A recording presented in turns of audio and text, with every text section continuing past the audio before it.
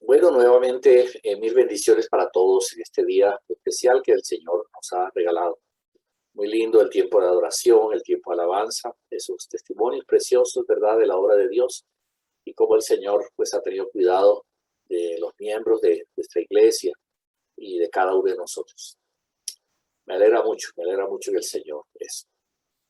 El mes de octubre para nosotros es el mes de Yo nací para adorarte, para adorar al Señor.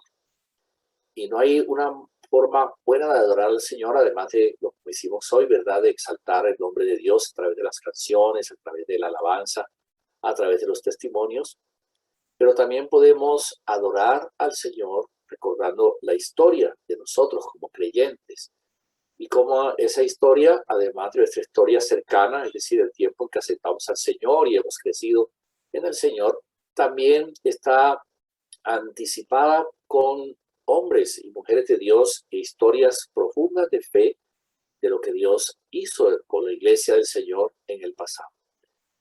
Y pues realmente cuando miramos la historia de nosotros en el cristianismo, tanto la historia media como la historia antigua, y también cuando alcanzamos a mirar, ¿verdad?, los tiempos presentes, los tiempos modernos, descubrimos cómo la mano de Dios se ha estado moviendo a través de nosotros como personas.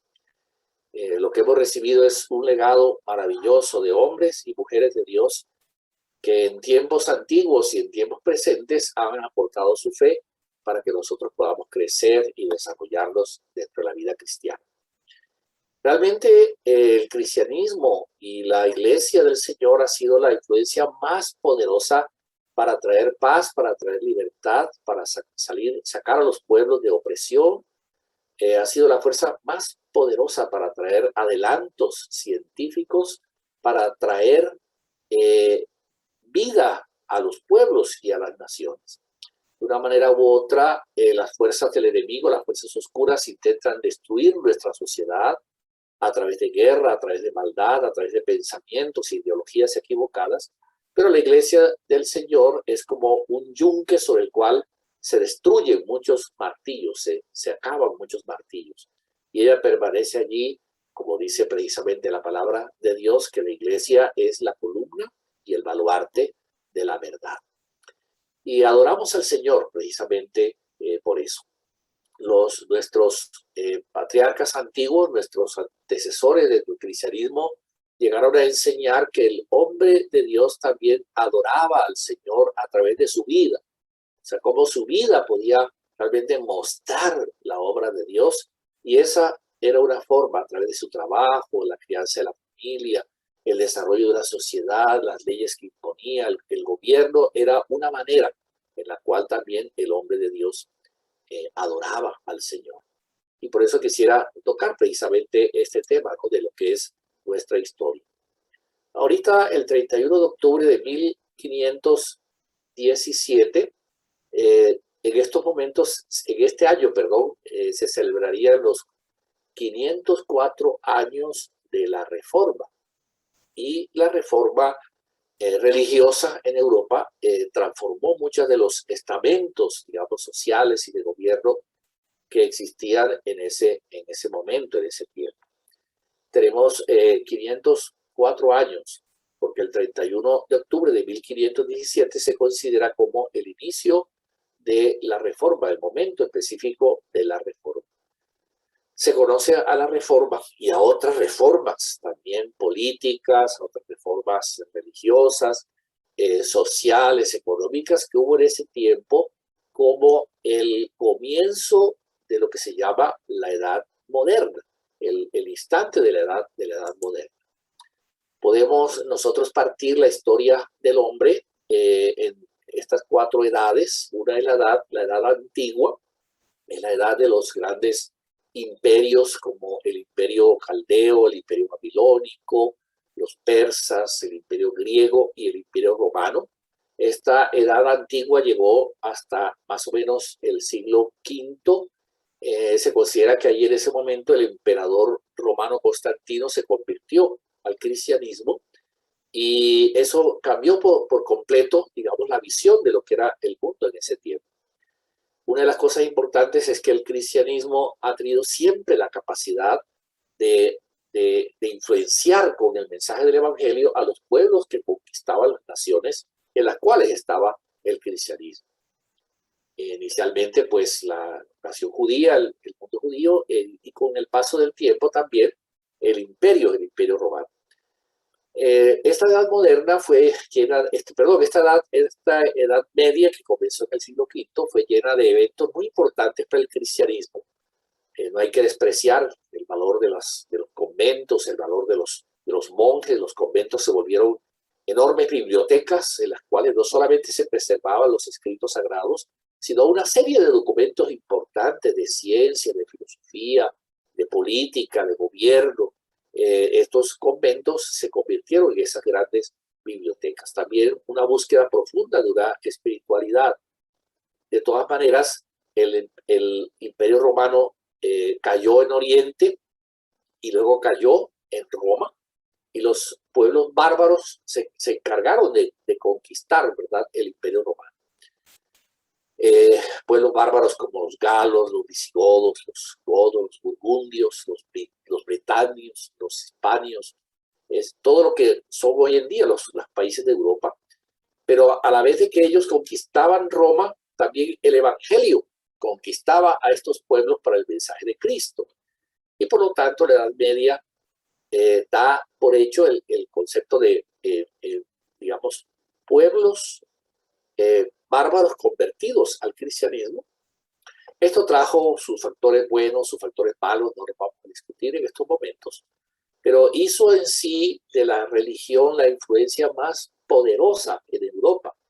Y esto trajo como consecuencia pues el hecho de que la iglesia mandaba y gobernaba sobre reyes y sobre reinos.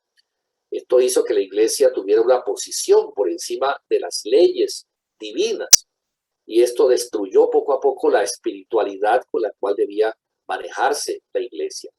El puesto de dirigente de la iglesia era un lugar político, no propiamente como un llamado divino. Más o menos en el año 1200 apareció la Inquisición, y la Inquisición era un mecanismo de la iglesia para destruir a los herejes, para acabar con los herejes. Pero dentro de este acabar de los herejes por métodos sangrientos, también se fueron muchos creyentes, simplemente tildados, ¿verdad?, de hereje por sus conceptos diferentes a lo que era la religión de esa época. También en el año 1450 se imprimió la Biblia. Un hombre llamado Gutenberg inventó la imprenta, y el primer libro que se imprimió a través de tipos móviles como los libros que conocemos hoy en día fue precisamente la Biblia, y esto facilitó en realidad la lectura de la escritura. También el descubrimiento de América en 1492 trajo una nueva forma de pensar, cambió los esquemas de que la tierra era plana, los esquemas de que solo se podía navegar cercano a las costas, y abrió nuevas fronteras, ¿verdad?, tanto para el evangelio como también para los descubrimientos científicos. No solamente la reforma religiosa de la que vamos a mencionar se dio mucho antes. Algunos reformadores como Francisco de Asís descubrieron que la iglesia se había enredado en las muchas riquezas. La iglesia se había concentrado en la adquisición de bienes. Entonces Francisco de Asís lanzó una reforma hacia la pobreza, como la espiritualidad no estaba basada en la cantidad de bienes que se poseían, sino en la búsqueda interna profunda de Dios. También Teresa de Ávila hizo una profunda reforma en el contexto religioso, en el contexto de la espiritualidad. Se dio cuenta que la iglesia era más un poder político que una fuerza espiritual, y entonces ella se refugió en los conventos, y a través de órdenes de contemplación divina, ella fortaleció este concepto de la oración, de la búsqueda profunda de Dios. También Ignacio de Loyola captó que la iglesia había perdido su empuje misionero, y entonces adiestró personas para ir a los confines de la tierra de ese momento, el Medio Oriente, China, Japón, el África, muchos de estos lugares fueron alcanzados, ¿verdad?, por los misioneros de la Compañía de Jesús. Aún nuestra propia América, a nuestra América llegaron estos colonizadores y a la vez también misioneros llevados para predicar el mensaje de la palabra del Señor. La reforma religiosa de 1517 comenzó ese siglo, el siglo XVI, y inauguró precisamente con toda esta influencia de reformas de estos pensadores religiosos, también inauguró, ¿verdad?, lo que era la edad moderna de la cual hablamos. Luego de esta revolución religiosa que se reconoce como la reforma protestante, entonces la Revolución Francesa cambió el contexto de la monarquía, quitó esa idea de la monarquía y predicó de un mensaje libre, de pueblos libres. Y también la Revolución Industrial enfatizó el uso de máquinas para ayudar al trabajo manual de los obreros. Pero concentrémonos un poco en lo que para nosotros es más importante, que es precisamente la reforma religiosa, el movimiento que conocemos como la Reforma. Y este movimiento, enfatizado por los grandes reformadores, especialmente Martín Lutero y Juan Calvino, pero además de esos, pues encontramos a John Knox y otra serie de personajes importantes allí.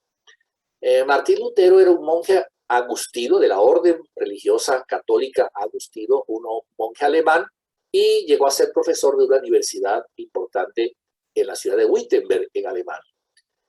Él nació verdaderamente dentro de este contexto religioso tradicional, pero al conocer Roma con mucha expectativa y conocer los escritos del catolicismo, le llevaron entonces a una profunda crisis espiritual.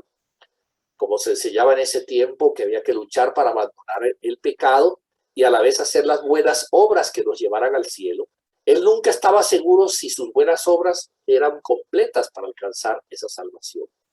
Hasta que en una torre, encerrado en una torre, en una noche de vigilia, luchando y flagelándose por abandonar el pecado, él encontró Romanos 5:1 en la Escritura. Justificados pues por la fe, tenemos paz para con Dios por medio de nuestro Señor Jesucristo. Y este versículo tan importante en Romanos 5:1 se convirtió en el caballo de batalla, digamos, de lo que fue la transformación espiritual de su propia vida. Lutero descubrió a través de este texto bíblico que no eran los sacramentos los que daban la gracia para ser salvo y alcanzar a Dios, sino que era precisamente la obra de nuestro Señor Jesucristo, la obra redentora de Cristo. En ese tiempo, pues se enseñaba que el hombre había sido creado neutro, no era ni pecador ni no pecador en el jardín del Edén, y que Dios le había dado como una gracia especial para precisamente mantenerse puro. Cuando el hombre cayó, en Génesis capítulo 3, perdió esa gracia natural, ese don natural de Dios, y entonces tenía que recuperar, ¿verdad?, esa fuerza para enfrentar el pecado a través de buenas obras que lo llevaran al cielo y a través también de la afiliación a la iglesia de ese tiempo. Y esta afiliación implicaba pertenecer a esa iglesia, no ser excomulgado de esa iglesia y a la vez recibir los sacramentos. Los sacramentos la iglesia los ofrecía para precisamente fortalecer esta parte de ese don especial que Dios daba. En otras palabras, la salvación era por obras y nunca las personas podían estar seguras de su propia salvación. Bueno, Lutero encontró en Romanos 5:1 lo que para nosotros es una realidad, una verdad en este momento, ¿no? Que hemos sido justificados, que hemos sido llamados tan justos como Dios mismo es, que eso lo alcanzamos mediante la fe, por el apropiarnos mediante la fe de la obra de Cristo, y que ahora nosotros estamos en paz con Dios, ya la ira de Dios no se manifiesta con nosotros, porque Dios ve entre nosotros y Dios Padre mira la obra de Jesucristo a favor de nosotros. En ese tiempo, pues hubo una situación bien conflictiva, y era que se estaba construyendo la Basílica de Roma, la que conocemos hoy como centro, digamos, en ciudad de Roma, y para ello se cobraban unas indulgencias, o sea, había cobradores que iban a los pueblos y ofrecían que las personas pagaran para perdonar sus pecados y así alcanzar al cielo. Entonces, para pagar un pecado pequeño o un pecado grande, así era también la indulgencia, ¿no? Y de esa manera, la cantidad de dinero que las personas pagaban alcanzaban la salvación. Se conocía esto religiosamente como el pago de las indulgencias. Bueno, hoy en día debiéramos recordarnos de este mensaje de la Reforma de Lutero, porque a veces pues miramos el diezmo y la ofrenda como una forma de comprar el favor de Dios, una manera disimulada de indulgencias, ¿no? Traiga tanto dinero aquí, será sanado, su familia será salvada, se le quitará esto, pacte por aquí o pacte por allá. Y pues esto puede derivar, ¿verdad?, en este concepto equivocado del comprar a Dios, aunque mi vida pueda ser una vida que no glorifique el nombre de Dios. Uno de estos cobradores, precisamente en ese 31 de octubre de 1517, llegó a la ciudad de Wittenberg, donde se encontraba Lutero, y entonces Lutero, en son de protesta, colocó en las puertas de su parroquia las famosas 95 tesis con las cuales él no se encontraba de acuerdo. Estas, Lutero pues enseñaba y hubo una crisis de más o menos unos 4 años hasta que Lutero fue expulsado. Empezó a enseñar algo que era totalmente revolucionario para su época, y era que el Papa no estaba por encima de las escrituras y que los concilios generales y los papas podían en realidad equivocarse, errar. Nadie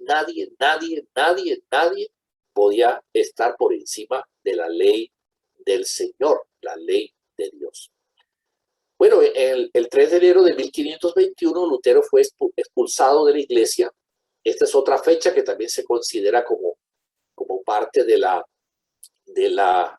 reforma, como comienzo en sí de la reforma, y Lutero fue sacado completamente de lo que era pues la iglesia. Esto se llamaba la excomunión, debido a que la salvación dependía de estar afiliado a la iglesia. Ser excomulgado era ser lanzado precisamente al infierno. Pero Lutero pues había enseñado precisamente la importancia de que él, la fe, ¿verdad?, de un creyente, su salvación, estaba basada, era precisamente en la obra de Cristo en la cruz y no en el trabajo y el desarrollo en sí de una iglesia. Bueno, ¿qué hizo Lutero? Bueno, Lutero, su mayor obra fue la traducción de la Biblia al lenguaje popular alemán. Y eso fue muy importante porque fortaleció el lenguaje, estableció un solo lenguaje en todos los distintos reinos que se encontraban en Alemania. La Biblia en alemán fortaleció el lenguaje alemán.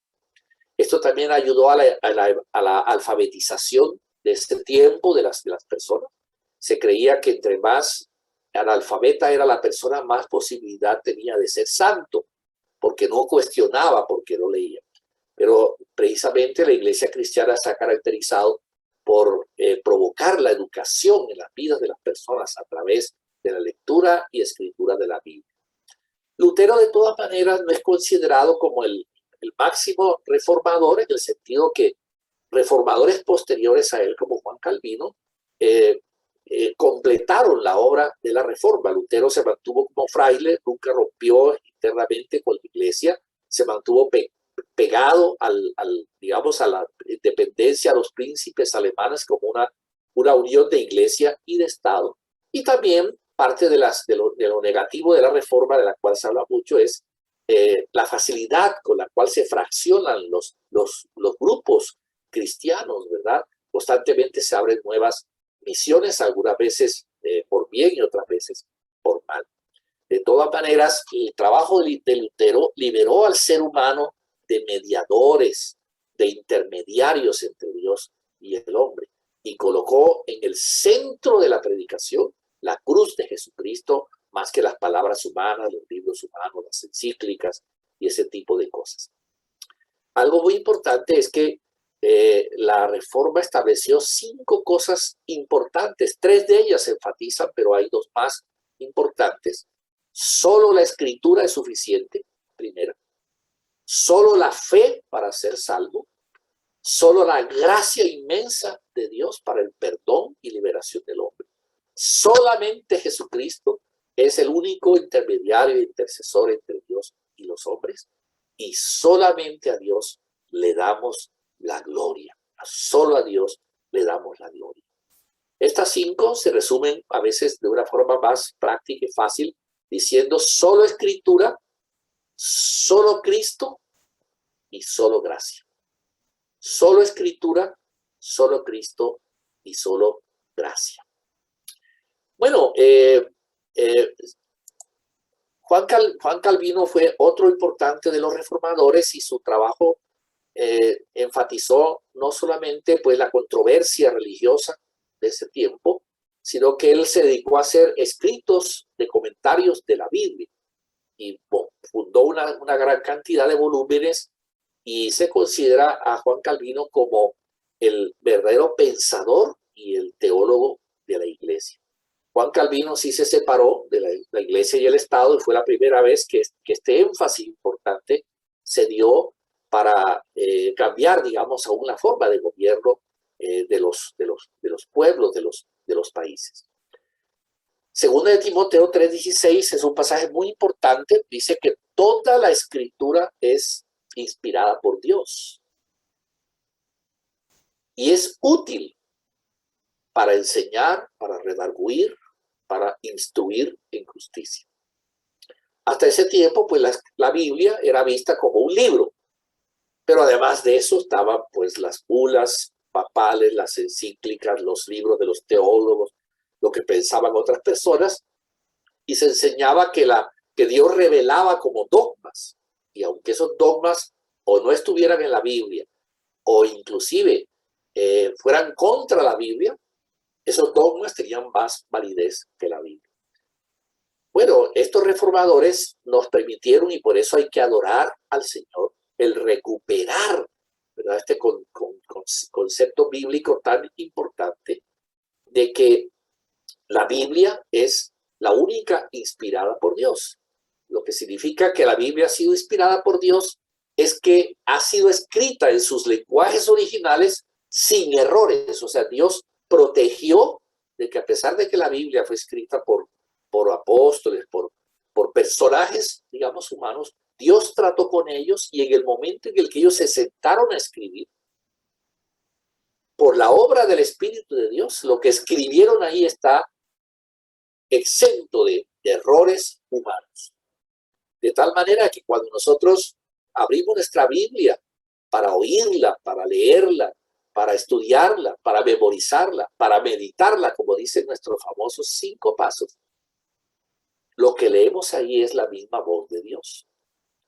No son pedazos de la voz de Dios, no son cosas que podemos sacar y esto sí y esto no. No, toda, dice segunda de Timoteo 3:16, toda escritura es inspirada por Dios. Y ella es útil para redarguir, para enseñar, para instruir, a fin de que los hijos de Dios sean perfectos, enteramente preparados para toda buena obra. Bueno, podemos decir que es ese pensamiento de reforma, esos conceptos bíblicos recuperados, han establecido como ciertas columnas importantes en el cristianismo para todo creyente. Es decir, todas las ramas del cristianismo, católicos, ortodoxos, evangélicos, cristianos, carismáticos, todas las ramas del cristianismo han sido influenciadas por estos conceptos. Jesucristo es el único Señor, Salvador e intercesor. La Trinidad y la resurrección de Cristo son verdades bíblicas. La Biblia es la única fuente de regla, de fe y de conducta. La salvación es mediante la gracia y solo el hombre puede apropiársela. El hombre no la puede ganar, sino que el hombre se apropia esa salvación que ya ha sido dada, se la apropia mediante la fe. Y las buenas obras no se realizan para obtener esa salvación, pero sí se dan como una consecuencia de ellas. Es decir, no es que los cristianos no hagamos buenas obras, pero los cristianos hacemos buenas obras no para ganarnos la salvación y el favor de Dios, sino que hacemos buenas obras como un resultado de que somos hijos de Dios, de que hemos nacido verdaderamente de nuevo. Hebreos 4:12 dice que la palabra de Dios es viva y es eficaz, y es más cortante que toda espada de dos filos, y ella penetra hasta partir el alma, el espíritu y las coyunturas y los tuétanos, y discierne los pensamientos y las intenciones del corazón. ¡Qué tremendo poder hay en la palabra de Dios! Entonces, cuando nosotros vivimos esa palabra del Señor, los reformadores enseñaron precisamente que la vida del creyente era una oración, era una adoración, porque la vida del creyente debía mostrar la palabra del Señor viviente, o sea, debía mostrar al Verbo encarnado, a Cristo viviendo en el centro de la vida de ese creyente, y entonces las personas podían ver algo parecido a Dios en la forma de comportarse en el creyente. Por eso adoramos al Señor en la hermosura de la santidad. Hay tremendas repercusiones del mensaje de Dios. Por ejemplo, el cambio del concepto del trabajo en el hombre. El feudalismo, que era el concepto, digamos, en la Edad Media de la vida, establecía que el trabajo entre más inferior era menos espiritual, mientras el trabajo de los superiores, los reyes o los monjes, esos sí tenían contacto con Dios. Pero el pobre campesino que con un asadón luchaba con la tierra, que tenía llenas sus manos de tierra y de boñiga y de callos, ¿verdad? Él estaba excluido de la presencia de Dios. Los reformadores enseñaron que Dios había bendecido a Adán en el Edén con un trabajo estable para que lo labrara y para que guardase el jardín del Edén. Entonces cada ser humano con la vocación es un llamado de Dios, su profesión, su trabajo, lo que él hace, ¿verdad? Y con eso sirve a Dios y adora a Dios, y también sirve a los seres humanos, a los semejantes. No hay ningún trabajo mayor o ningún trabajo menor. Todo es digno ante los ojos de Dios, porque Dios es el que ha otorgado, ¿verdad?, esas vocaciones y esos trabajos. También la reforma cambió la visión del dinero. El dinero era visto solo como una acumulación para los ricos, pero aquellos que ofrecían el dinero a préstamo para producir otras cosas lo veían con malos ojos, ¿no? Y como los judíos sí practicaban el préstamo a interés, eran como los grandes banqueros de esa época, siempre eran vistos como satanizados, como los malos del paseo. Pero siempre que se necesitaba, echaban manos, ¿verdad?, de los dineros de los banqueros judíos. Bueno, este concepto de la riqueza y del uso del dinero enseñó que el dinero es una cosa neutra y que hay capacidad para ganar y para comprar. Y esto estableció las bases de una economía moderna, de un manejo moderno de los bancos actualmente. También la reforma cambió el contexto de la educación. Se creía en ese tiempo que entre más analfabeta, más santo. Y la reforma estableció la alfabetización a través de la enseñanza de la Biblia. Y esto estableció las primeras escuelas públicas y las primeras universidades fueron montadas precisamente a través de la visión de la reforma. También hubo un cambio en el concepto de la ciencia. En la Edad Media, precisamente, los reformadores hicieron que el hombre volviera al concepto, ¿verdad?, que los salmos tienen respecto de la creación de Dios. Por ejemplo, el Salmo 119 dice: los cielos cuentan la gloria de Dios y el firmamento anuncia la obra de sus dedos. Un día emite palabra, otro día y sabiduría. Entonces, cuán importante fue que a través de eso el hombre reformado, el hombre que tenía una educación ya bíblica, volcó su mirada a los astros, a la ciencia, al cosmos. Los primeros reformadores holandeses, científicos holandeses, ellos inventaron el telescopio y el microscopio, la capacidad de ver el macrocosmo, como la capacidad de ver también el microcosmo. Grandes científicos conocidos en la historia eran personas que conocían de la palabra de Dios. A un lado tenían la Biblia y al otro lado tenían sus implementos, ¿verdad?, de laboratorio, sus instrumentos científicos. Francis Bacon, por ejemplo, que inventó el método científico. Johannes Kepler, que inventó las leyes sobre la refracción de la luz. Robert Boyle, el creador de la química moderna.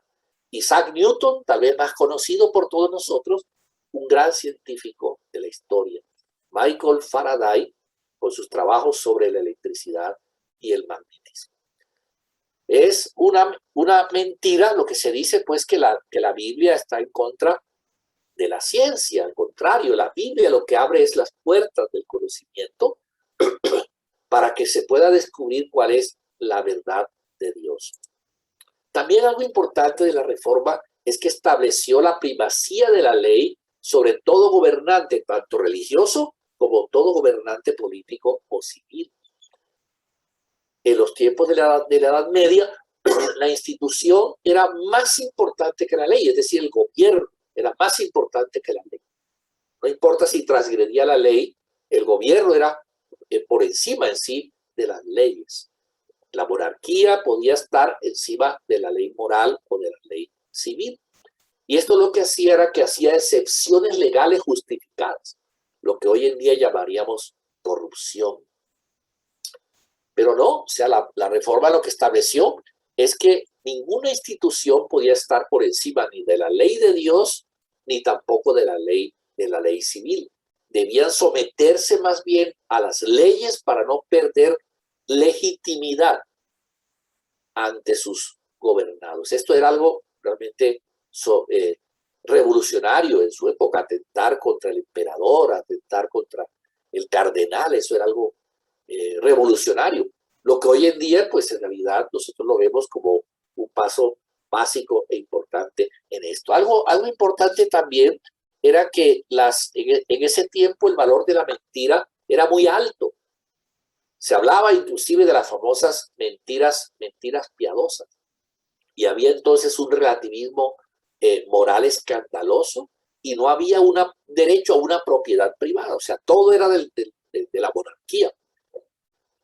Este concepto de la primacía de la ley llevó precisamente a volver a la gente veraz, a quitar eso de las mentiras piadosas, a establecer la propiedad privada y a quitar, digamos, el relativismo moral.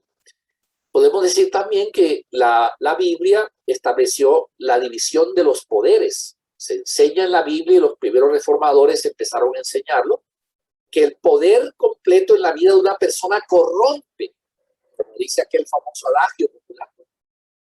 En arca llena hasta el santo peca. Entonces siempre tiene que haber organismos mutuos de control.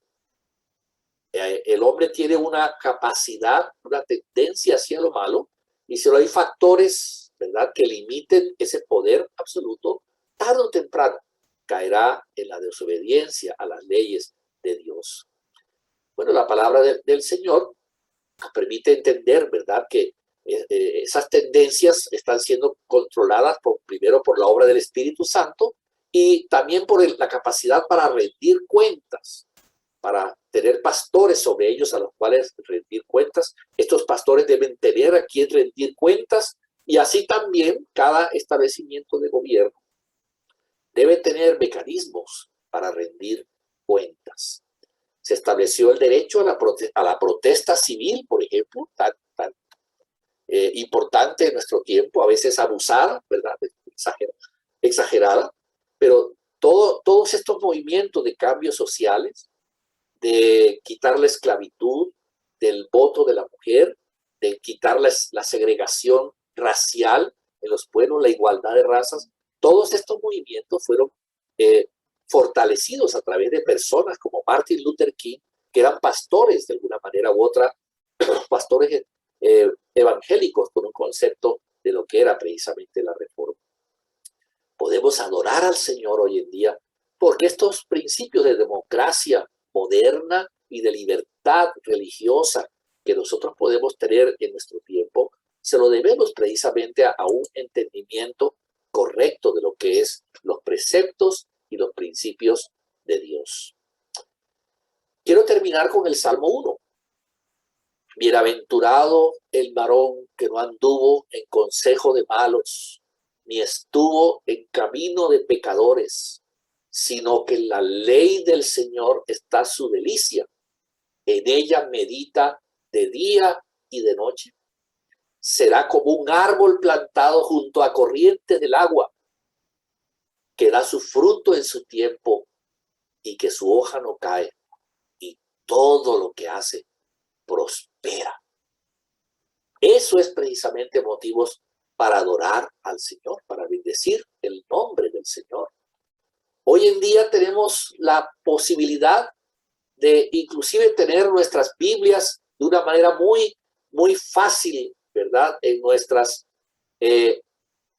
redes electrónicas y nuestros equipos electrónicos. Pero en esos tiempos de la Edad Media, tener una Biblia era un enorme tesoro. Memorizar un texto bíblico era un enorme logro. Por eso entonces estos santos hombres de Dios valoraban cada porción, cada texto, el más simple y sencillo de la Escritura. Hoy en día podemos tener nuestras bibliotecas llenas de diferentes y distintas versiones en las cuales nosotros podemos nutrirnos. Pero adoremos al Señor permitiéndole a esa palabra de Dios cambiar nuestra mente y transformar nuestra manera de vivir. Como dice Romanos 12, 1 y 2, que entreguemos nuestro cuerpo en sacrificio vivo, santo y grato a Dios, transformándonos por medio de la renovación de nuestro entendimiento para comprobar la voluntad de Dios, que es buena, que es grata y que es perfecta. Y entonces nosotros, además de adorarle con nuestros cánticos, además de adorarle con nuestras danzas, además de adorarle con nuestra adoración y nuestras oraciones, nosotros podremos vivir adorando a Dios en la hermosura de su santidad, como dice la palabra, caminando en justicia y en santidad de la verdad, para que este mundo pueda mirar la obra de Dios a través de nuestra vida. Ese es el desafío. Nunca llegaremos a ser en este mundo igual a Dios, no llegaremos a ser a Dios, pero podemos mostrar al Dios verdadero a través de que la palabra de Dios transforme nuestra vida y entonces nos haga mejores padres, mejores esposos, mejores líderes cristianos, mejores gobernantes, mejores ciudadanos, para que a través de eso la gloria de Dios se manifieste. Oh Dios, bendice a todos estos que están aquí reunidos en tu nombre. Bendice, amado Dios, a todos los que miran este mensaje a través de redes. Bendice a los que estamos aquí presentes en esta reunión, Señor. Y danos la oportunidad de que el verbo de vida se encarne en nosotros. De que toda esta historia de sacrificios, de logros en ese momento tan importante de la sociedad que cambió el destino de los hombres, no sea en vano, Señor, sino que ahora también podamos tener nuestra propia reforma interna en nuestro corazón. Por tu Santo Espíritu puedas sanarnos, curarnos, limpiarnos y hacer de nosotros las personas que tú quieres que seamos. Si aún no has aceptado al Señor en tu corazón, esta es una hermosa oportunidad. El mensaje de la reforma no es un mensaje en contra de ningún tipo de énfasis religioso. En realidad Dios sopla sus vientos del Espíritu para enrutar el barco del cual va la iglesia del Señor. La iglesia verdadera que no está en ninguna institución humana, aunque necesita también de esa institución que ha sido valiosa, importante. Pero tú le puedes decir al Señor en tu corazón: Señor Jesús, yo te necesito, yo te abro la puerta de mi vida. Perdóname porque he manejado mi vida de forma equivocada, me arrepiento de eso, Señor. Y ahora te entrego mi vida para que hagas de mí esa persona que tú quieres que yo sea. Te doy gracias, Señor, por este tiempo que nos das de recordar estas historias tan importantes y estos textos bíblicos tan valiosos, Señor. En el nombre poderoso de Jesús. Amén y amén.